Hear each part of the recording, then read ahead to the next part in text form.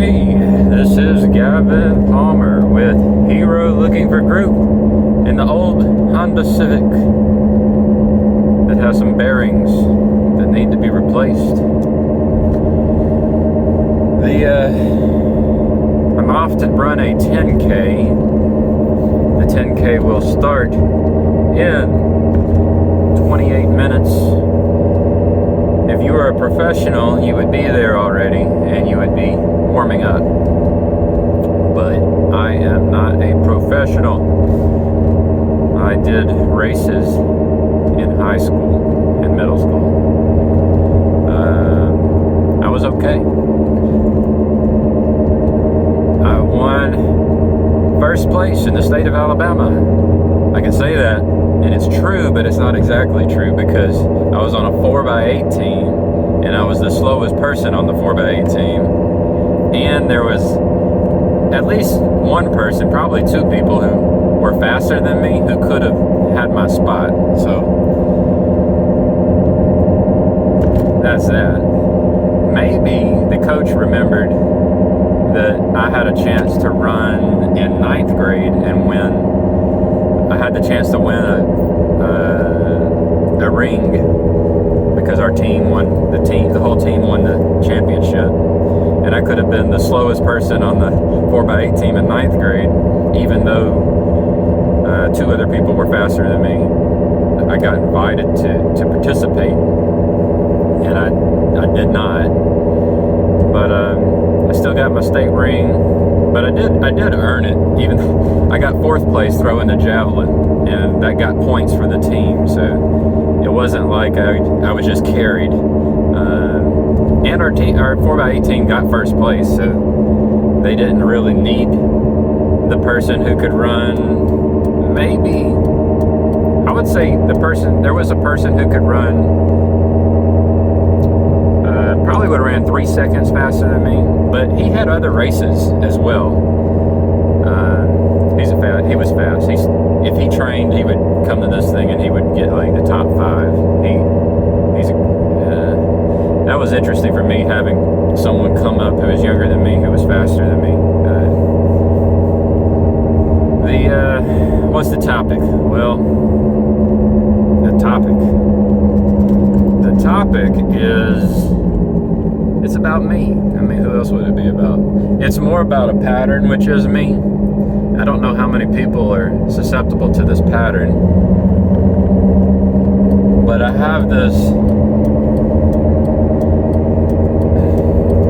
well, there's a bunch of strange things about me that they kind of shift and change over time, but one aspect, and it's hard to hold all these aspects all at the same time, but one of my aspects is that I have like an oversensitive inputs. Like when my daughter, who's about to be 2 years old, when she screams with anger, it makes me angry. And someone like Jacob might say, that's your daughter. Okay, maybe, but I have the same problem when I pay attention to the news. So when something happens on the news and people get angry, I get angry. When people get sad, I get sad. When I'm watching a movie or reading a book, I feel the thing that the other person or character is feeling. And, so one strategy I did throughout my life was to isolate myself to a degree. I ended up with a spouse, a wife who is not like a drama queen. We get along really well. It's very peaceful. And I tuned out of the news. I tuned out of a lot of things like that. And then when I encounter people who appear to be adults or mature humans, but really, I'm not going to denigrate but yeah, I encounter people who are they are also shaped by the news, by these inputs. And then for me, I have an ability to solve the problem, right? Do you want to address this anger? Do you want to do something about it? Do you want to, like, there's ways to solve problems, right? And so, there was a shooting. I think it happened in Texas. And then the thing is can you solve that problem, right? And the truth is that you can't solve that problem, that specific problem. It already happened in the past. And then, can you prevent them from happening in the future? And you as an individual really can't. Like, even if you were president of the United States, you can't prevent this from happening in the future.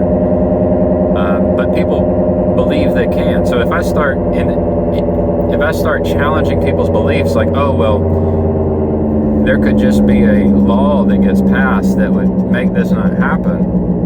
If I challenge that belief, people will get angry with me. So I'm a problem solver, and I can see the truth, and I can explain things, and then I say the thing that challenges people's beliefs, and then they end up, if I do that, they will tend to ignore me.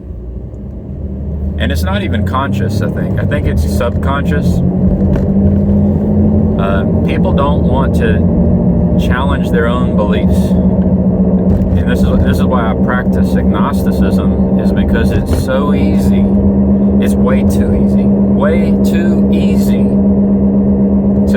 to think that you know the truth. It's way too easy, and it feels good to think you know the truth and deceive yourself. Like, maybe there's just a lot of people who have never deceived themselves. They haven't done it enough.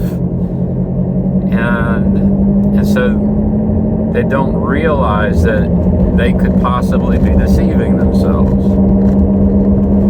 Anyways, I went off on a tangent. So I go, slam on the brakes. Let's go back. My daughter screams with anger. I get angry. My other daughter gets scared or anxiety and starts crying, and I get the fear and the anxiety. And so these are problems, and I want to solve these problems. And these are just examples. Like, I always want, like, when I was in class, especially in high school, I was a big fish in a small pond. There was only like 300 people in my graduating class, and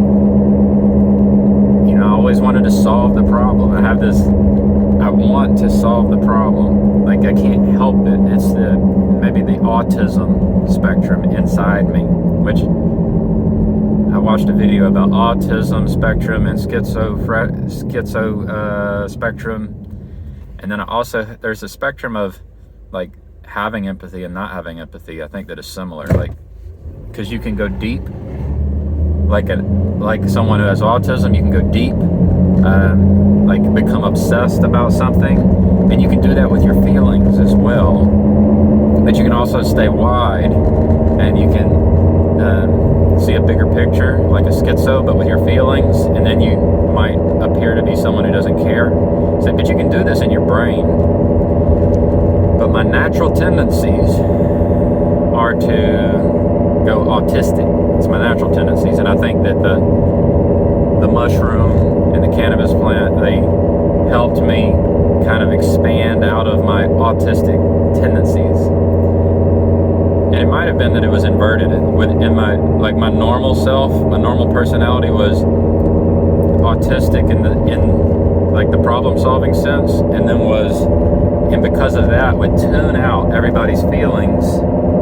So I would appear to be someone who did not care about others. And I mean, it's not just appear. If I'm totally honed in on a problem, it looks like I'm ignoring everyone else and I don't care. But if I take my attention and I put it and I really try to listen to a person and give my attention to the person, then my autism sucks into that, and I feel what they're feeling. And then to wrap it up, this is I want to solve, I see people suffer, and I know how to solve those problems so that the pain and the suffering is avoided or reduced, but yeah, avoided. And so I have this obsession with trying to solve problems and solve these problems. that results in some terrible things. Like, it pushes people away, and it leads to me sometimes being a bad parent, because, and then also, like, if I'm trying to do the right pattern of teaching parenting for the world with everybody, then, you know, I'm not behaving in the right way for the world, because in a way I have to allow people to suffer. And I think about God. So God allows people to suffer, and I have a hard time doing that. And it's what I'm working on, is, you know, maybe I can keep my mouth shut and let someone suffer. That's ideally, if I can avoid it, I will. Yeah, if I can help allow them to avoid, you know, that permanent damage, then I should do that. But it's yeah, I should avoid that permanent damage. We've got a runner over here. People warming up. This one's serious right there. Yep, she'll beat me. She will beat me. And I'll notice her too. She has like these dreads that are blue.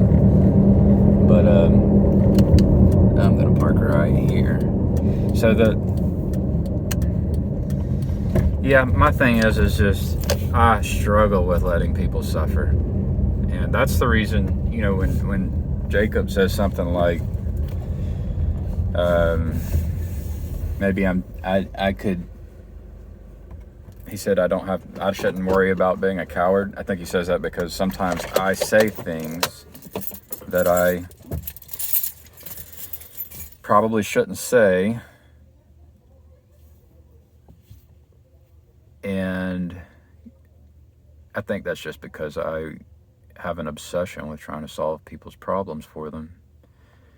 And it's only because it's like I don't like to see people suffer, and so that's connected. Like, I have an obsession with solving problems. I'll get into an obsession with people's pain and suffering that's unnecessary, and then I have the answers. Like, I'll have thousands of answers. I know that at least one of them is going to be helpful, right? And I know there's a process by which the answer can be identified.